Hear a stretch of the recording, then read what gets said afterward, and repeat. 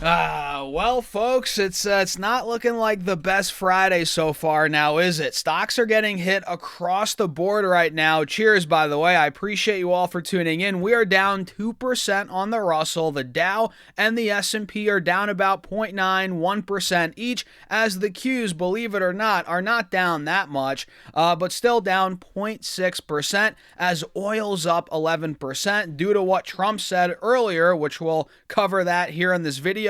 And of course, the VIX is up 9%. Now we're pushing the mid-high 20s on the VIX. So guys, we have a lot to cover, from stocks to the charts to what's going on with oil. We'll talk about jobs as well. We got a key report this morning. So yeah, hit the like button, make sure to subscribe, join the Patreon if you want to keep up with my portfolio updates, my private Discord. All of that is linked down below. Also pinned in the comments, or of course, go to stocsurfest.com/Patreon. And now, cheers, take a sip of your coffee, and let's get into it. So right now, SPY is trading more towards the bottom of the channel that we've been talking about, right? That it's been trading in for a couple of weeks. We're more towards the bottom of that now. As we were chopping around here yesterday, right, we saw a little bit of upside into close yesterday. And then obviously that was followed with today's session, where we're now dumping. We're taking out the lows from yesterday and the day before. And again, we're trading more towards the bottom of this channel. And it's the same thing on the Qs, right? If you look at triple Q, pretty much the same thing. We're more towards the bottom of this channel. But then again, if you're looking at it, we are still putting in, we're fighting to at least to put in a higher low here at about 598,600. We're trying to get over we are over 600. We're trying to maintain 600, 605 as support. Let's see if we start pushing, ideally, pushing towards 610 where we were yesterday. That's what I'm looking at in the short term. But I mean, it's what, 120 right now as I'm making this video. It might not happen today, guys, but any push into close would be bullish. I mean, on any index, right? Not just the Qs, but on the S&P, on the Russell. I mean, the Russell is down the most, 2% down. It's getting bludgeoned right now, probably due to that jobs report we got. The Russell doesn't want to come up here. Here it is. You guys can see, even with that 2% drop, the chart still looks great on the Russell. So speaking of that, and by the way, oil, holy moly, oil is up to 90 a barrel right now, guys. It's going absolutely nuclear. This is nuclear, right? This is nuclear, legitimately. This thing, it was at 63 a barrel at the end of last month, and of course, for obvious reasons, we're now at 90 a barrel. We hit 92.60 a barrel, which is a multi-year high for, I think, oil. When's the last time we got over 100? Back in, 22. That was nuts, and it looks like we hit 150 a barrel back in '08. Some of you guys probably remember that. And overall, obviously the charts, the technicals don't matter nearly as much for oil as, geopolitics do, foreign affairs, all that stuff. But we do have a cup and handle here, for whatever that's worth, on oil. You guys see that cup handle? Maybe we're going for 100 a barrel, 110.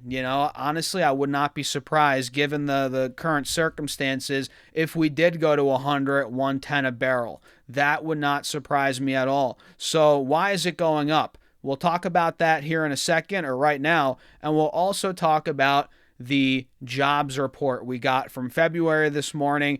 Let's get into it, guys. And again, hit that like button if you're finding value, and make sure to subscribe. We're on the road to 100K subscribers, 100K followers. I appreciate you all for tuning in, whether it's on Facebook, on YouTube.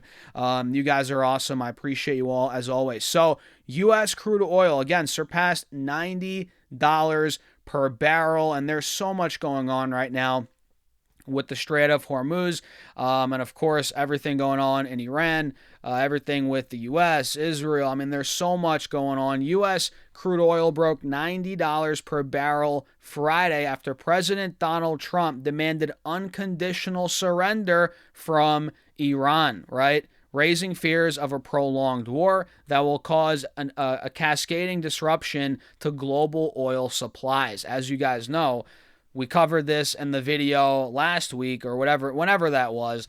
20 to 21 million barrels usually go through the Strait of Hormuz every single day. You know what I mean? And now it's a fraction of that, or a very tiny amount. I mean, it's closed for the most part, right? But it's rough. It's disrupting the entire global oil market, clearly, as we're seeing in these prices. We can see West Texas Intermediate crude futures were up 11.3%. This was earlier. And it looks like here, while global benchmark Brent was up 8% to 92.30 a barrel. So it's getting crazy. It's getting crazy out there. And at this point, things are looking like they're going to last longer than expected. At first, we got 4 or 5 days, or we thought it'd be 4 or 5 days. Then it was a couple weeks, Now it's like there's uncertainty. Is it going to be longer than a couple of weeks? Are we going to get potentially things, escalating here longer than just a couple weeks? So the market doesn't like this, obviously. Uncertainty, not knowing where the end is, if there's an end in sight, when that end will be. It's just not what the market likes, and we're seeing, obviously, oil up for that reason. The stock market's tanking, VIX is up, you name it. And on top of that, to add fuel to the fire, we got pretty rough employment data. If you guys take a look here, we got the average hourly earnings, core retail sales, which I'm not going to talk too much about that, but non-farm employment change and the unemployment rate. Guys, non-farm employment change came in at minus 92K. Insane. Very bad. The estimate was, I think, 58. Let's see. Forecast was 58K for jobs. And last month, it was 126K. So we got a loss of 92,000 jobs. And unemployment rate popped the unemployment rate to 4.4% from 4.3 last month, and that's above the forecast of 4.3%. So if we look at this right here, guys, the U.S. labor market unexpectedly contracted in February, with non-farm payrolls, again, falling by 92,000, driven by job losses in construction, manufacturing, and the public sector, right? The unemployment rate rose to 4.4%, and this surprising drop is after we saw revised gains in January, like we just saw. So this is rough. We got some revisions as well. It looks like job growth for December and January was revised downward. There you go, guys. There you go. Revised downward. Even worse news, right? So we're getting the reality here, which is the labor market is rough right now. It's almost worse than what we thought. Revised downward by a combined 69,000. That's insane. Let me say that again. Job growth for December and January was revised downward by a combined 69,000. The unemployment rate went up to 4.4%, and we just got a decline of 92,000 jobs. And how much do you guys want to bet that next month, when we get the March data, they're going to revise February's number to be lower, potentially? How much do you guys want to bet? I mean, at this point, it's rough out there in the labor market. Not awful, not terrible, but it is weakening. It is weakening, right? And construction companies cut 11,000 jobs. And wait a second, where are all these cuts coming from? That's a great question here. We don't have enough time to dive too deep into it right now, but I'm curious, does AI play a role in this? We can see construction companies cut 11,000 jobs. So, okay, construction, AI, AI is not disrupting too much there, right? I mean, until robots and humanoids come on, which we're not there yet. While the federal government shed 10,000 positions, and we don't have all the data there, but at this point, again, rough labor data. Again, tough news out of, Middle East, not China. China, that's a whole nother beast. But the Middle East and the U.S., looks like it's going to last longer than expected, and stocks are just taking a hit, right? We're not loving it. A lot of stocks are getting hit, and not all stocks are getting hit, but we are seeing a good amount of them. A couple different sectors here taking a beat down. Small caps in particular, like I said, they're getting squashed. And a lot of the tech stocks, believe it or not, are not doing that bad. A lot of these big tech names, which leads me to believe, maybe we're nearing a bottom, or they already have bottomed. Some of these like Amazon, I believe, decent chance it bottomed. It's down 1.8% today, but we're at 215. We're up massively from that, post earnings low. Stocks like, let's see here, Microsoft holding on as software in general, guys.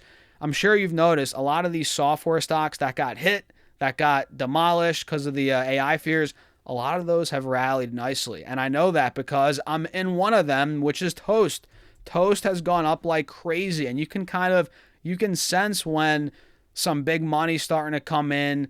We're seeing a turnaround, but it's not fully breaking out yet. Obviously, Toast is. Toast isn't. None of these really are. Microsoft's still in a downtrend. CRM, you name it. These are still downtrending. Adobe, but you can kind of tell when some decent money's coming in. Institutions maybe buying up, adding to their positions. I think that's what we're seeing now. Not to say that we're not going to get more downside. I mean, these could see another leg down for all we know, but you can tell some big money's coming in right now into these names. And I know for sure in Toast, big money is coming in.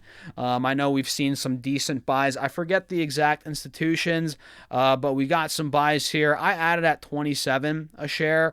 It got down to 22 a share, after earnings, which was a gross, insane, ridiculous overreaction, and clearly that was proven to be right. The stock's up like 40% from that point, and I was so close to adding even more there, but I just bought more before that, so I was like, am I going to add more? I didn't, and now looking back, if I did add more there, it would have made a ton of sense, right? But anyway, that's Toast. A lot of these software stocks are starting to come back, which is good. But again, realize they're not completely out of the woods yet based on the trend here, but we are seeing some serious buying pressure coming in. And let's see, what other stocks are moving today? I mean, we have a lot of red, at least on my watch list. Coherent's a trade that I'm in that I'm still holding. I'm down on it a couple bucks per share, but I like the way it's right around the 180 SMA here. We're holding support there. Uptrend looks good. Fundamentals are stronger than ever. They just had that NVIDIA deal. So I think Coherent, for me, I'm in it again at 251 or 2, and I'm holding on. I think honestly it's a buy here. Personally, please do your own research though. Trade at your own risk. For me, looking at it as a midterm trade here, I love it here. 240, 250. Because I think we're going back to 300. I do. Maybe not in a day or two. In fact, not in a day or two, but over the coming weeks, month, 2-3 months, I think there's a decent chance it gets back to 300. Not guaranteed, obviously, but decent chance we get there. And sure, we could chop around a little bit before that. I like the fact that we're maintaining 240 as support right now. That was the double top resistance back in, when was that? The beginning of February. We hit about 245, 240. We double topped there, sold off, then ripped out of it. So the fact that we're maintaining that as support, bouncing off of it. We're still down on the day as the Qs, everything's down, right? But it's a good sign. Good sign overall on Coherent here. So I'm holding on tight on that stock. Let's see, what else? I mean, I didn't do anything really today. Honestly, I didn't do much at all today. I'm just monitoring my portfolio, watching the markets, tracking the news. But in terms of other buys, sells, calls, puts, selling options, anything like that, I didn't do anything today, guys. But that's subject to change. It's only 1:30, so we still got some time. But I'm just relaxing. It's kind of a lazy Friday for your boy over here, guys. I'm feeling lazy today, and you know what? It's one of those days I can be lazy today. it's all good, you know? So with that being said, let me know your thoughts in the comments. Hit the like button. Make sure to subscribe. Join the Patreon if you want to be a part of my portfolio updates, my private Discord, all the discussions there. That's linked down below, pinned in the comments, or go to stasurfest.com/Patreon. And with that being said, I'll see you guys in there. Cheers. Have a great rest of your day. Happy Friday. Have a great weekend.